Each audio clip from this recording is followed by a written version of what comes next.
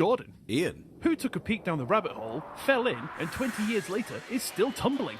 Madonna. No. Two guys.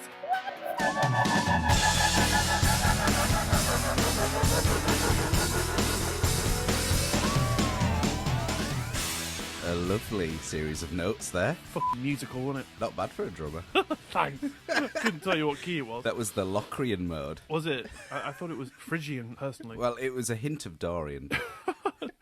Have you run out of Greek names? Yeah, I know there's 7 of them, but I couldn't tell you anymore. Do you know what the first one is? No, I can't remember the order. Ionian, Dorian, Phrygian. Locrian. Yeah, that's the 7th one. There's Lydian, Mixolydian, Aeolian, and Locrian. Ah. Boom. Well, thanks for that. You're welcome. I don't want to be friends with you anymore. Shall we finish now? Are you charging me for this? I promise that's what lessons with me is not like. Well, I'll leave that up to our listeners to see for themselves. I mean, it sounds interesting, but it ain't my thing. Well, you did advanced theory. I did, yeah. Fell asleep through most of it. I think my tutors just took pity on me and passed me, but... They must have thought you needed to catch up on sleep.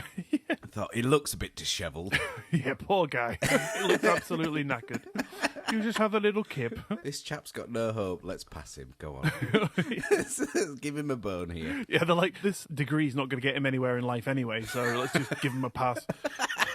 It's not going to do him a world of good anyway, so it doesn't matter what he gets. The sad thing is, it's so true, isn't it? It's unfortunate. Yeah, absolutely. On that lovely note. How are you, Jordan? What a morning I've had. Oh, go on. I'm absolutely knackered at this point. It's 10:30. Mm-hmm. I feel like I'm ready for a nap. I took my wife to work just so I had the car for my teaching. Very nice. I went to Lidl because there was a discount code where if you spent £25, you got £5 off. And I thought, you know what? That's not bad. It's stocked up on gummy worms. And... Yeah.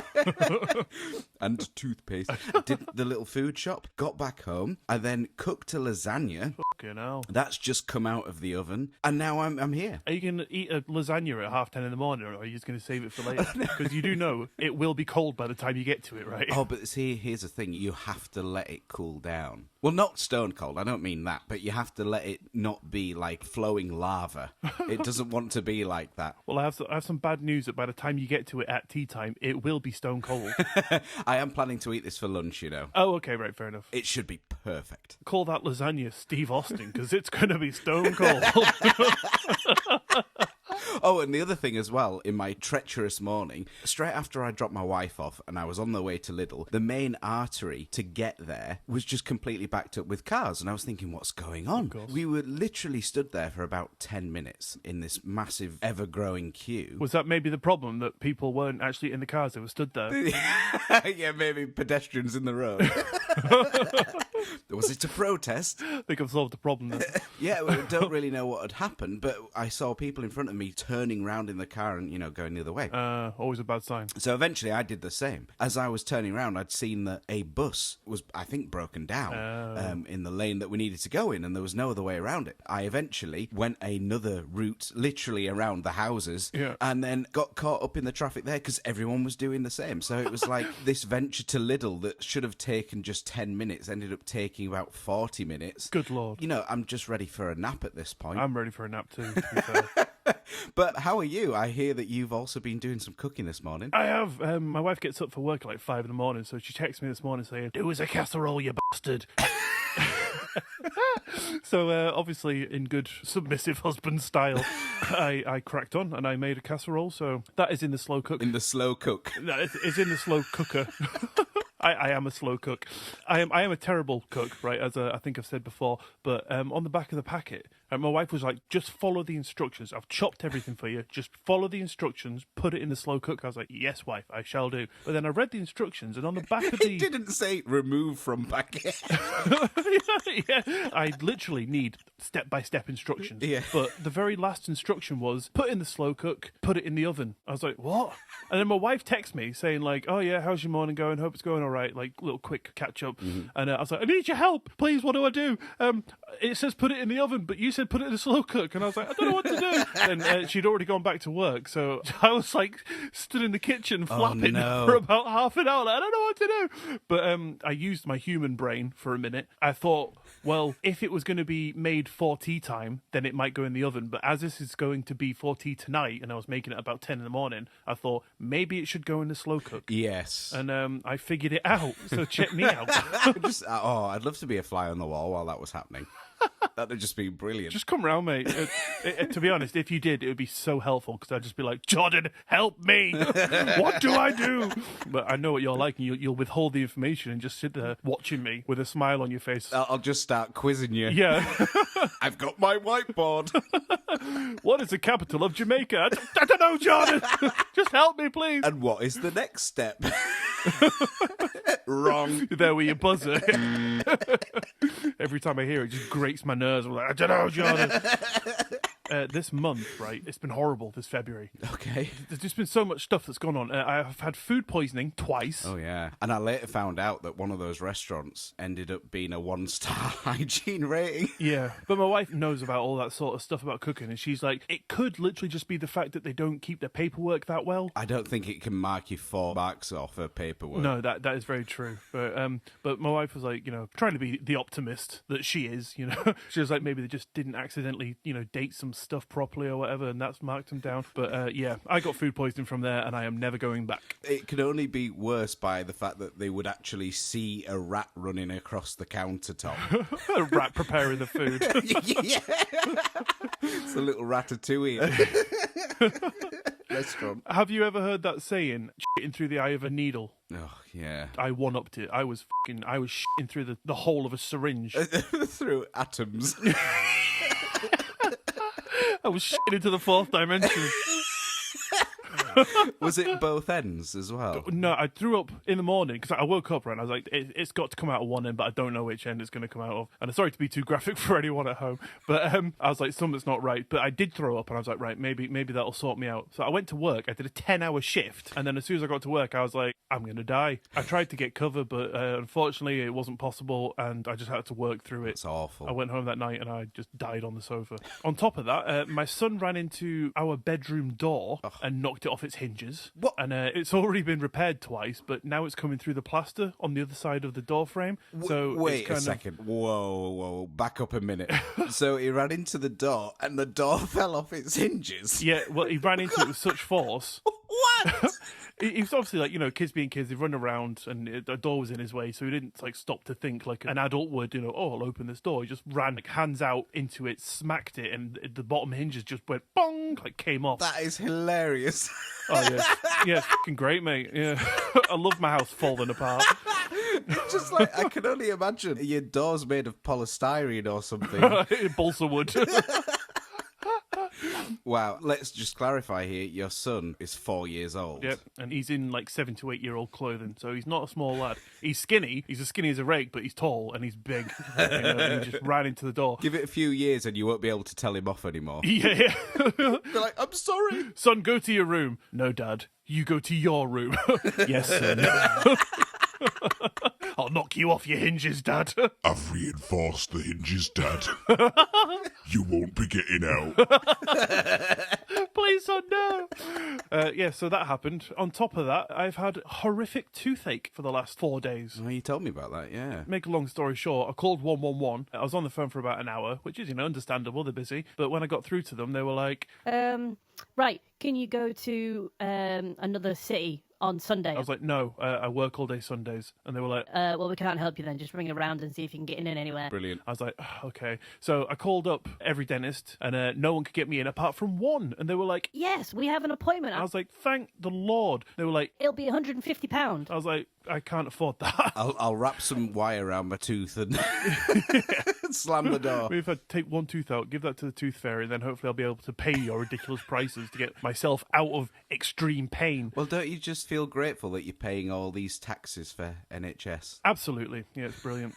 And I'm sorry to completely just hijack the beginning of this episode, because we do have some stuff to get into, but I have 2 more stories for you. Go on, yeah, go on. One is creepy and one is quite funny.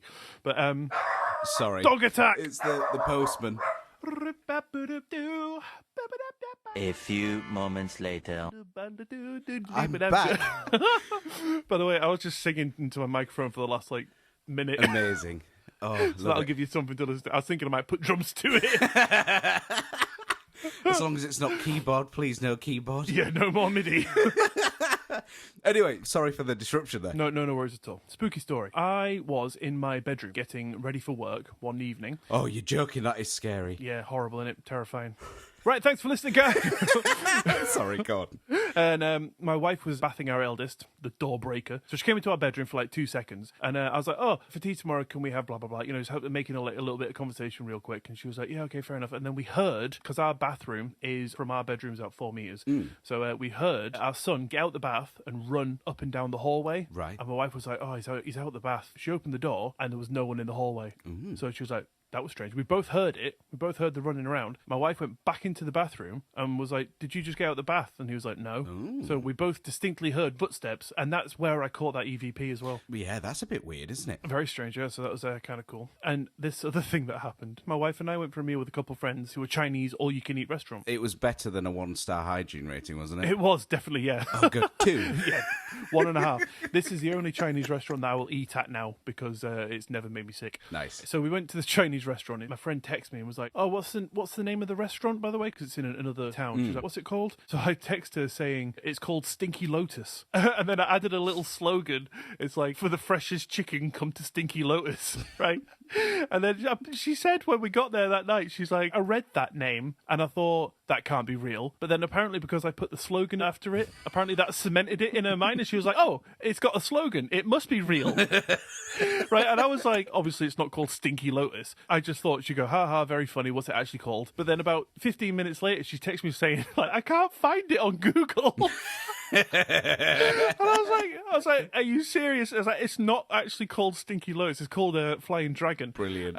And she was like, oh yeah, of course I knew you were joking. Then that night at the meal, she got her phone out and she was like, look at my search history. She was like, I looked on Google. I looked on Google Maps. And I couldn't find it anywhere.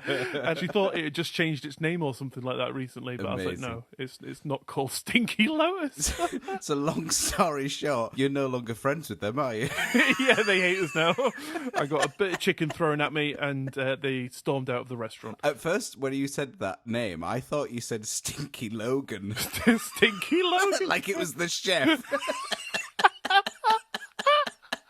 Have you visited Stinky Logan? You can smell him from the kitchen. Right, what are we going to name this restaurant? You should name it after me. No, probably best not to there. Why not? Stinky Logan doesn't really roll off the tongue, mate. And the little graphic next to it is just someone with a peg on the nose. Yeah, with stink lines coming from the kitchen. So, yeah, if we ever get a business loan, we know what we can open. Absolutely, a Chinese restaurant called... Stinky Logan. Stinky Logan. Because it also sounds so Chinese, doesn't it? Authentic. Yeah, what have you got coming up for us today, Mr. Jordan Face? Love it. At the end of the show, I've got stories of the strangest and creepiest pizza delivery experiences. Interesting, that sounds cool. Yeah, and I'm waiting for a pizza right now. I thought you had lasagna. Gonna stick it on the pizza. I'm just going all Italian today. I've got a bolognese boiling away right now. Yeah. Got meatballs in my pocket. Ragu. Give me a spaghetto. Yeah, glad you remembered that. I remember everything. I've been thinking about it. Like, is SpaghettiOs, is that just like some kind of faux pas then? Is that like... Oh, yeah, like Italians literally turn in their grave. But they look at take one look at that tin, die, then do a couple rolls in the grave. Yeah, it reminds me. Not worth it, really, is it? You know Gino D'Acampo? Uh-huh. This is a famous quote. You probably know it. But when Holly Willoughby on This Morning once made a comment about putting ham in a carbonara and calling it an English carbonara. Yeah. And Gino just says, well, if my grandma had wheels, she would be a bicycle.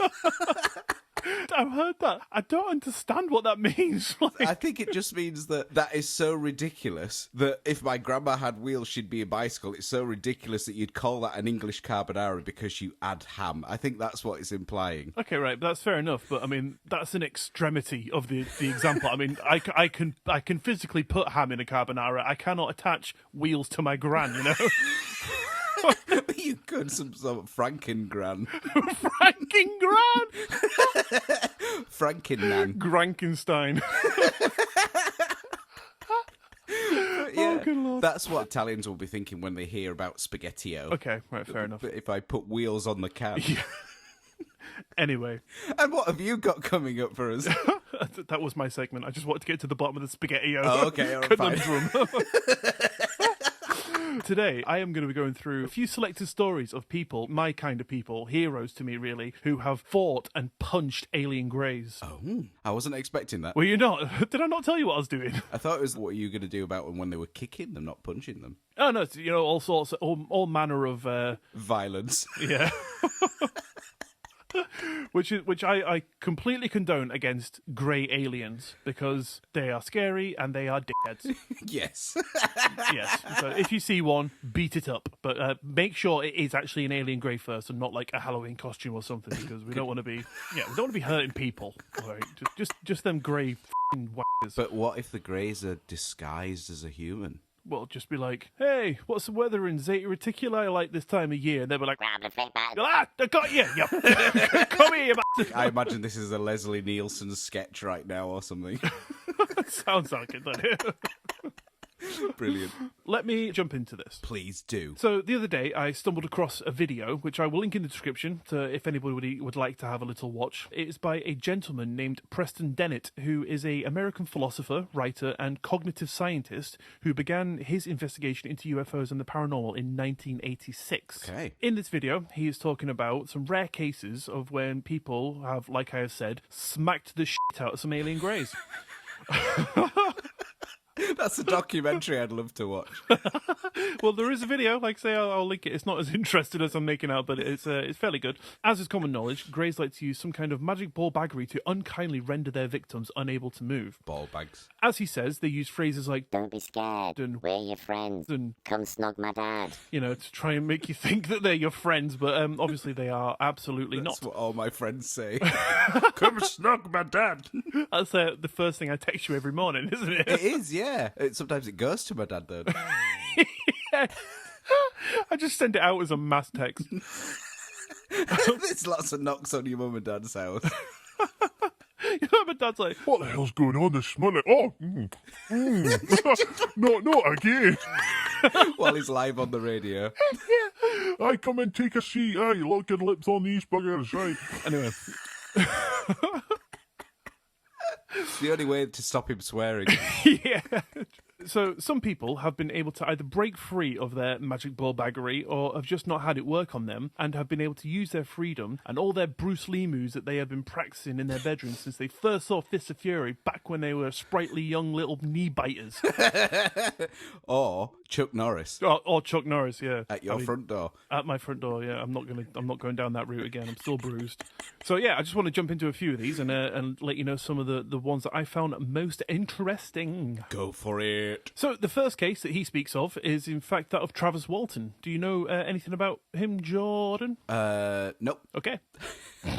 It is quite a famous one, so I'll just brush over the facts. On November 5th, 1975, 7 men, including Travis, were working at the Apache Sitgreaves National Forest near Snowflake, Arizona, as part of a timber stand improvement crew, where the 7 men saw a saucer-shaped craft hovering above the trees. They were obviously freaked out. They jumped in the truck to drive away, but Travis was awestruck and jumped out to get a better look. He was knocked unconscious by a beam that hit his chest, and his pals, scared and fearing that he was dead and they were next, drove away.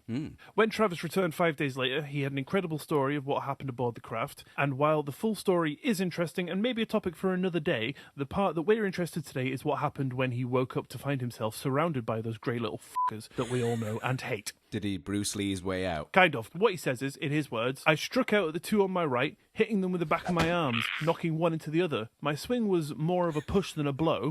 I was weakened, but the one I touched felt soft. What is funny, Jordan? Images when he said I pushed one into the other, that there's these alien grey domino effect. The way I thought about it, right, is just like a real Yorkshire way of doing it, like, f*** off, mate. Like, just, like, f*** out my way, and just pushed him over. It's like push the kids out of the queue in the supermarket. Yeah, move. I need to pay for me gummy worms. But yeah, he says, I was so weakened and the one that I touched felt so soft. The creature was light and fell back easily. So apparently the Greys then filed out into the hallway and Walton chased them, which is pretty badass, to be honest. I'd have been in the corner. Is this corner okay? Has anyone seen my phone? I'll give you Jordan's number. Just wait for me to go through my thing that I need to do. But yeah, I'll pass Jordan's number on to you. My plan is still in effect. But yeah, so he was returned and he had that incredible story. But the next case comes from MUFON archives. Jordan, do you know what MUFON is? MUFON or move on? MUFON. MUFON. No. It is an organisation that stands for the Mutual UFO Network. Ah, okay. They take calls and cases on from people and investigate UFO sightings and stuff like that. Got you. So this comes from their archives. A man who lived in Del Valle, I believe it's pronounced, was awoken in the early hours of the morning on the 5th of April in 2017 when he heard his family's dog doing a big old bark. I wondered what you were going to say. Squatting down. Delicious. He said he was overcome with a weird feeling, so began to search his house, feeling something was wrong. He poked his head into his mum and boyfriend's bedroom and was shocked to see 2 greys around 6 foot tall standing by the bed and another 7 foot tall floating through the window. This Rambo wannabe said, "My first reaction was to grab the closest one. I flipped him and I punched him in the head." Was he one of the 6 foot ones? It was a 6 foot one, yeah. So the other one grabbed him, so he turned around, swung, and punched it in the head. And as soon as he turned around, and the third one was floating back through the window. Like, Fuck this shit. But at this point, both his mum and her boyfriend also started to float up and he blacked out. He then remembered waking up back in his bed, sweating, panting heavily with sore fists, so that's like physical evidence, while his dogs were still outside doing big old barks. I love as well, just like one was floating out of the window. Imagine like coming in like all like, you know, arms out like, then like he just sees this guy beating up his 2 pals. He's like, It's like, I'm going. yeah, just floats back. It's like that old T-shirt he used to have with this penguin flying over his friends. So long, suckers. So suckers. Oh, we need to get that fucking T-shirt because you found it again, didn't you? I need to get did. another one. I love that T-shirt. That was a paranormal happening, wasn't it? Just disappeared. It did. It just vanished. Probably grew wings and so long Iain. Our next case is of a proper badass alien grey killer machine and the woman that I would like to come and protect me while I sleep every night. Her and my mum. Because I am sure if my mum ever saw a grey coming towards me or portaling into my bedroom, she would go beast mode. She'd turn into the Hulk and she would destroy them. Obviously, my dad would probably too, you know, but he'd be too busy on his 80s radio show getting snogged by all my pals. To those who answered the call. But yeah, so this woman, Patsy Wingate, who had many encounters with aliens through her life, remembers one winter's night in 1985 and she was pregnant. She woke up to find 3 greys entering her bedroom through a portal. She mentally shouted, "Leave me alone!" but they were like, Nanny. and continued to move towards her. At this point, her inner Jackie Chan broke through the surface. She triple somersaulted out of bed, landed on her feet, ran towards the aliens, grabbed the one in the middle by the neck, and was maybe a little bit too angry because she accidentally snapped the poor little bugger's neck. She said she felt it snap and the head of the invading dickhead fell backwards onto its back. She said that she felt bad because she was only trying to do a little bit of minor assault on it, but actually totally just outright killed the little shit. And so where did it go? Where did what go? This dead alien. Well, I'll tell you. Yeah, she felt bad. So Not that bad, obviously. well, apparently the other two were like, What the f, man? they were well shocked, almost as if they were wondering how she wasn't rendered unable to move. I'm guessing they were just probably pretty astounded by the triple backflip because that was probably quite amazing. Do you think she's really just embellished this story? I struggled to get out of bed. I embellished the story. There was no triple backflip. But yeah, the grey pals scooped up their wobbly-headed buddy and exited back through the portal, probably screaming I'm gonna get my brother on you, you fucking nut. as they left. Unfortunately, the brother's dead. That was the brother. What they meant was, when she's asleep again, they're just going to lay him on top of her. See, here's the thing, Ian. Aye. Do you feel sorry for that poor alien? God, no. I would love to. I was going to say I'd love to see it, but To murder! I'd love to murder an alien. No, I was going to say I'd love to see it happen, but if I were to see it happen, that would mean I would be in the room with them. So I wouldn't want to. Maybe someone could show me a video or something. Patsy, if you're listening, send me a video. Yeah, please, we'd love to have you on the show. And Absolutely, yeah. Tell me about I'm you. more interested in this backflip. So I killed an alien. No. Get back to the beginning. So you triple backflip. No, Ian, you made that up. Okay, so how did you learn to triple backflip?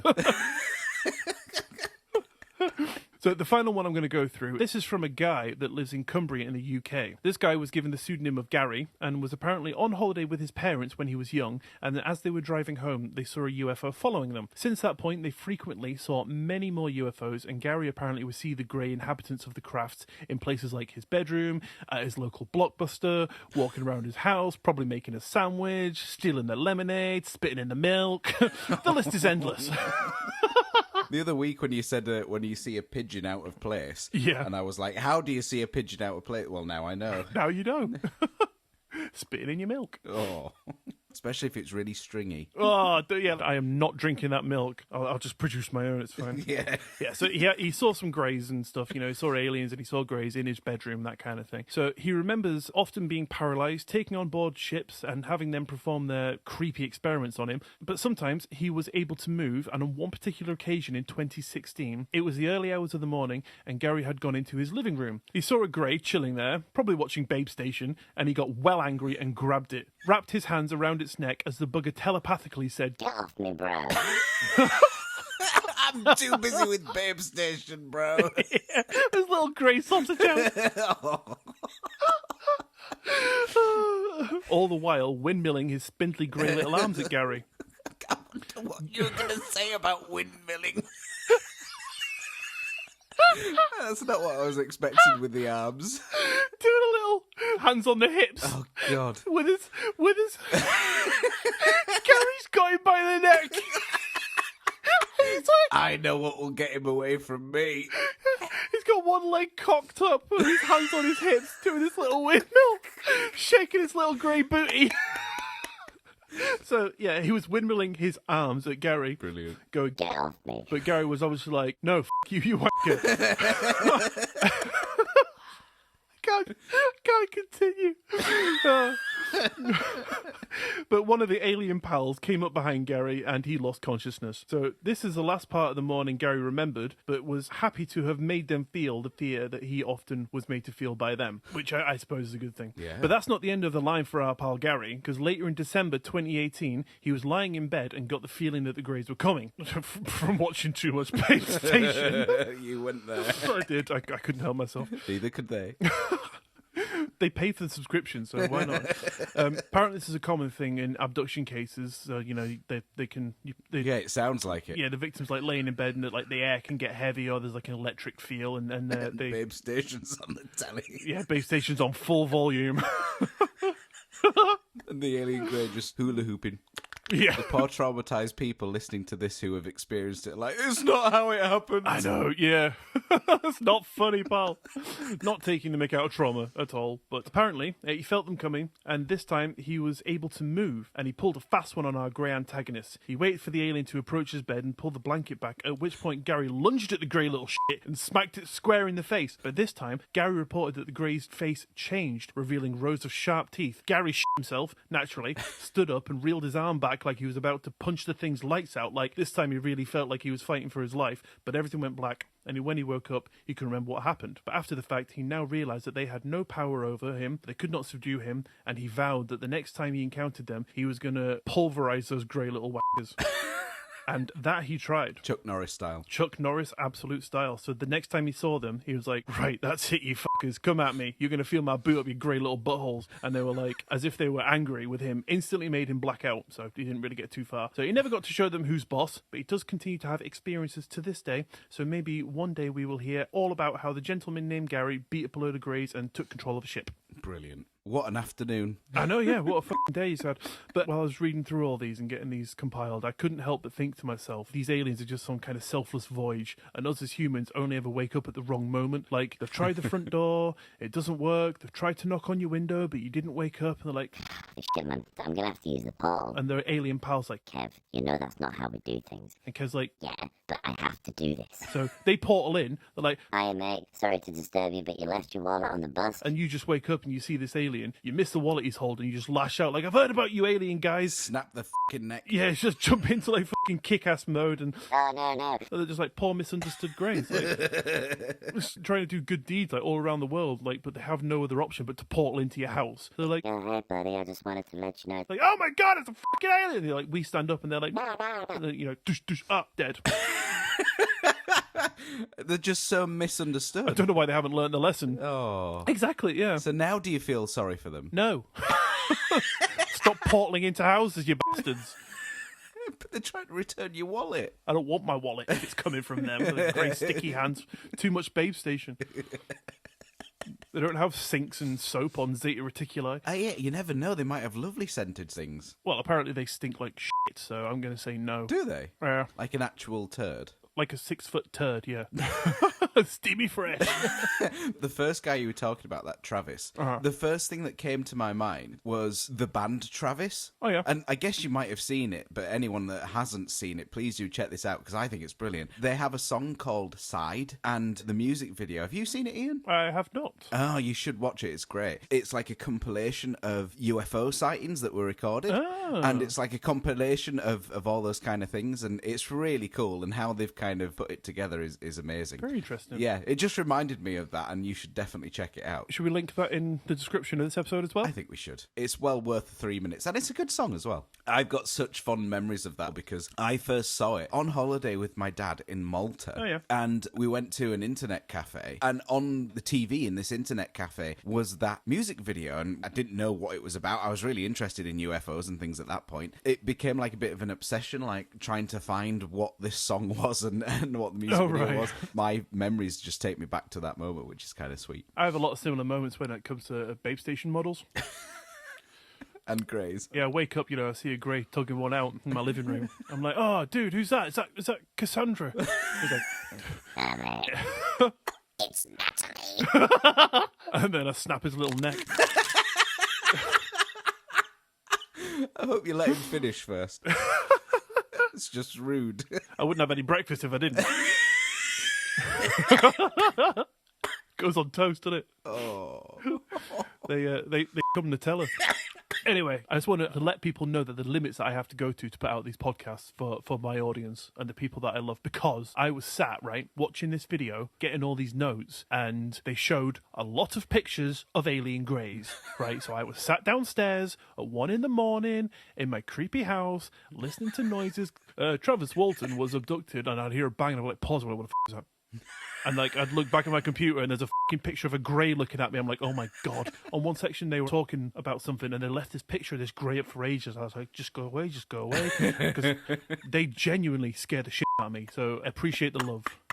Things I do for you. Yes, yeah, it's very kind of you. But yeah, so get these greys out of my head and tell me something, because I'm genuinely feeling like there might be one behind me. There is.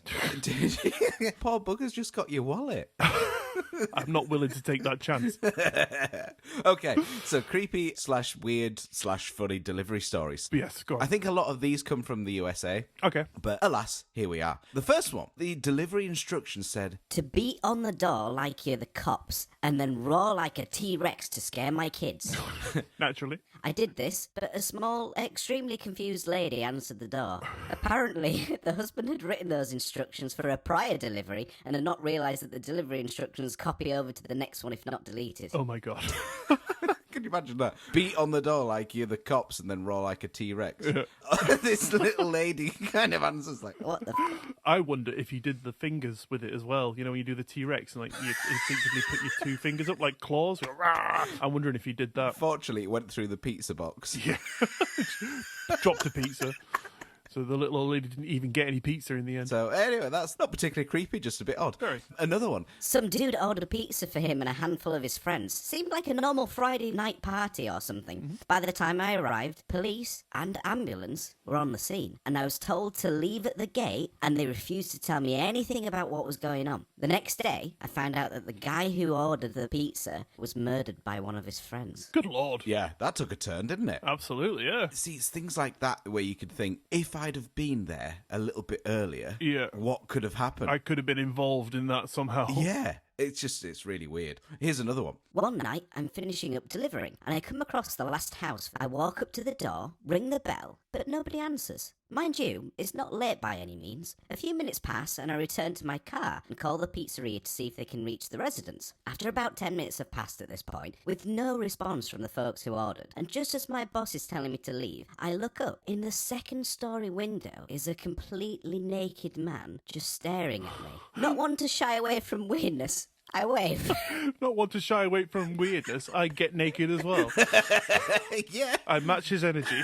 I get my navel out. Very odd. And so... The man quickly disappears, and a minute later I'm greeted by a terribly embarrassed, somewhat drunk, middle-aged man wearing a towel. He apologises profusely, takes his pizza, leaving me with a nice tip. I'm assuming that tip is money. Yeah, the monetary kind, not the naked kind. Yeah, sorry about that. I just thought you might want this slice. Yeah, here's another one. I deliver for a pizza place. I had a delivery one night and thought it would be just like any other delivery I've had in the past. I usually deliver to rural areas, and I was about to get off in an hour, and I got this delivery to this road that I knew was in a very wooded area. As soon as I get up to the house, the person's driveway was like a quarter of a mile long, so I drive up the driveway and I park there. I get the food out of my car, along with the pen and the receipt. As I'm walking to the front door, a middle-aged skinny woman comes out from behind the house and says, "Hey, we're over here in the garage."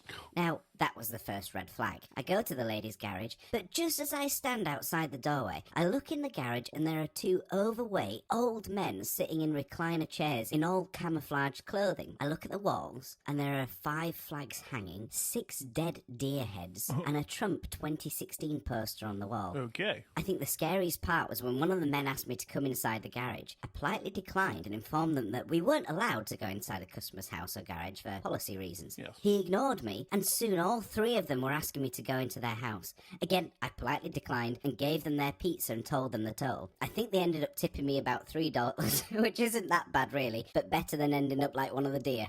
Absolutely, yeah. See, I've never delivered to anybody. It's not a job I've worked, but I don't think I'd want to, having read some of these, actually. No, yeah, it does sound like a little bit of a dangerous profession. Yeah. I mean, you wouldn't really think it, would you? You think, oh, well, Minimum wage sort of. yeah, deliver some food, fair enough. But then the amount of people's houses that you go to, something creepy is bound to happen along the way at some point. Yeah, well, here's a really quick one. So I was making a delivery and this dude opens the door. He's in a nappy with a bow in his hair like a little baby. Okay. That's literally all that entry says. So I joined him. I wouldn't be able to help myself. I'd be like, does your mummy know you're using the phone? Yeah. He just got a dummy in his mouth. Just give me the fucking pizza. Here's another one.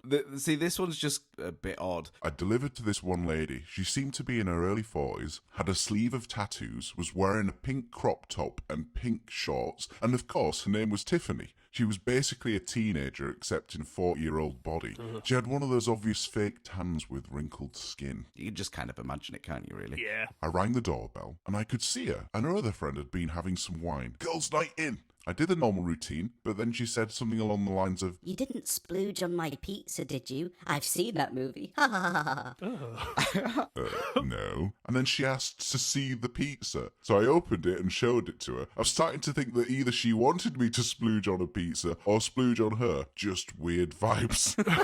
Other awkward conversations ensued, and I got the out of there. $5 tip, but whatever. Missed opportunity. Oh, absolutely, yeah. So, sorry, I just splooged on my last customer's pizza, so I ain't got any left for you. Bit empty tonight. You just reminded me of a story. When I lived in Germany, my parents knew somebody, or they knew somebody through somebody, so it was like a friend of a friend of a friend kind of thing. But apparently this woman was on a night out, having some drinks with friends, you know, just doing normal adult things. She went home, got a pizza on her way home, woke up the next morning with spots and bumps all around her mouth. So she went to the doctor. Oh, no, I know what you're going to say. Oh. I don't think you do. Okay, well, all right. They analysed these lumps and bumps in her mouth. They were like, what have you eaten? She was like, the only thing I've eaten is this pizza. So they took the pizza, they analysed the pizza, and apparently it had 4 different types of sperm on it. Not only human, but dog as well. Oh. I dare say that woman from your previous story is probably a bit jealous, but 4 different types or something like that, along with canine. So yeah. That is awful. Up. Isn't she lucky, though, that she still had the pizza and didn't just eat it all? Yeah, I mean, if it was me, I'd have been like, no, I didn't. I'm sorry, I ate everything, including the box. I found that pizza was a bit salty, though. For some reason, my farts have been sounding like barks all day.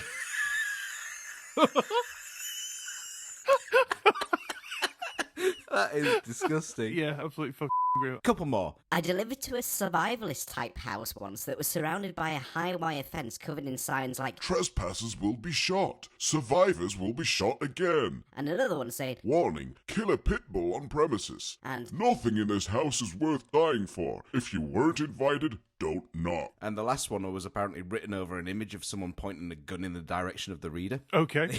So obviously a really welcoming venue here. Absolutely, yeah. It continues. they had just about everything on the fence to send the message that they are paranoid and violent.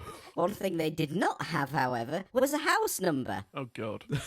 I checked all the houses nearby, but none of them matched. I narrowed it down to what was most likely the one house that I did not want it to be. I did my hardest to find any numbers or anything that would confirm it. Finally, I just decided to call them and tell them I was there. But then a small little teenage girl came out, paid and took the pizza. I did not get shot, and it was really underwhelming, but I'm glad for it. Okay, they took all this time to try and find the house, thought they were going to die, Yep, got themselves worked up. and then a delightful young lady popped out and paid for the pizza happily. Yeah, exactly. Wow.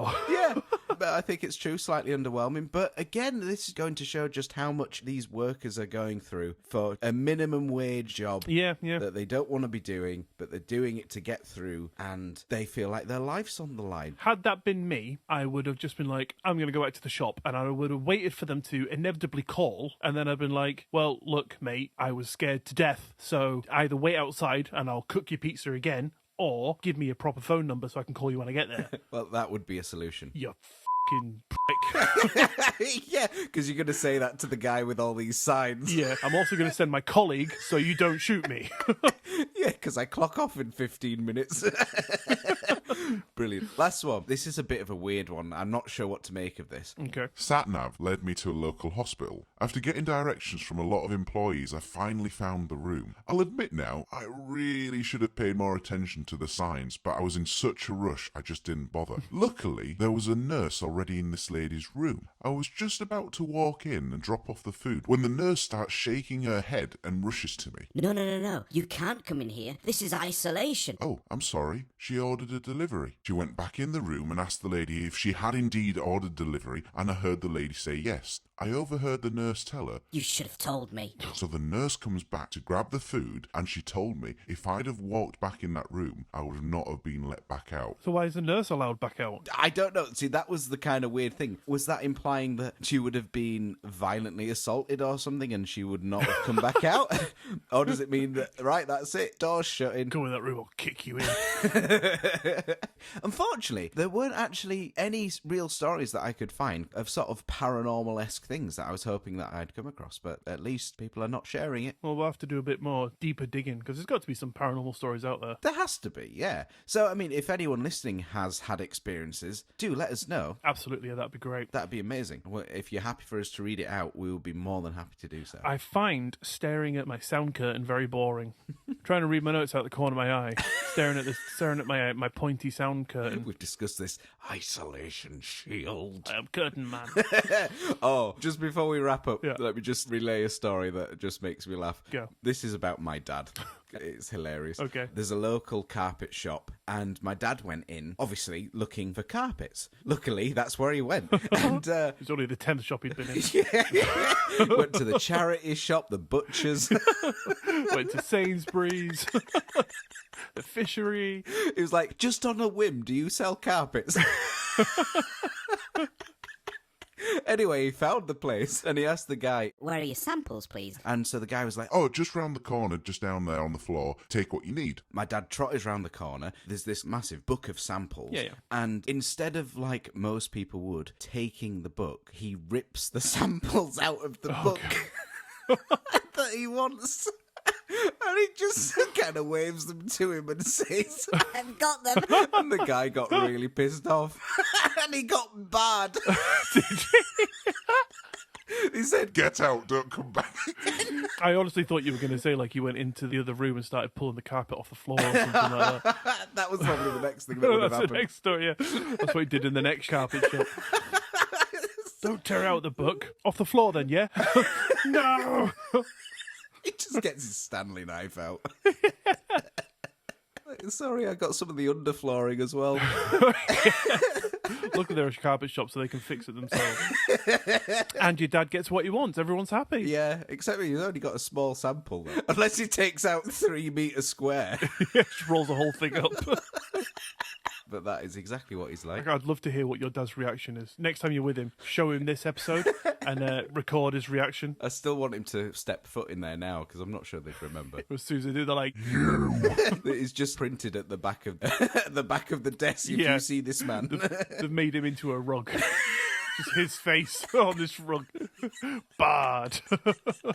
Is part of all the samples. Anyway, I think that brings us to a delightfully wrapped up ending for today, does it not? It does, doesn't it? Thank you for listening, everybody. Remember, if you see a grey, smack it. Don't forget to like everything that we do. I don't know where I'm going with this. I'm spitballing. You don't say. Don't forget to go to Spotify and give us a 5-star rating and review and help us move up the charts or enter the charts, possibly. Don't forget that you can find us on a myriad of social networks. And if you want to find them, the links are all on twoguyswhatsup.com, which I will link in the description of this episode. Yeah, and heckle us all, yeah. Please don't, because Ian's delicate. We've been through this. Yes, absolutely. I lost a pinky because somebody said that I was a dickhead last week. Whereas I'm hard as Yeah, John's solid. John beat up Chuck Norris for me. Oh, fantastic. Right, well, thanks for listening, everybody. We hope you enjoyed the ride. Absolutely, yeah. And we'll see you next week for more Two Guys What's Up. Absolutely. See ya. Bye.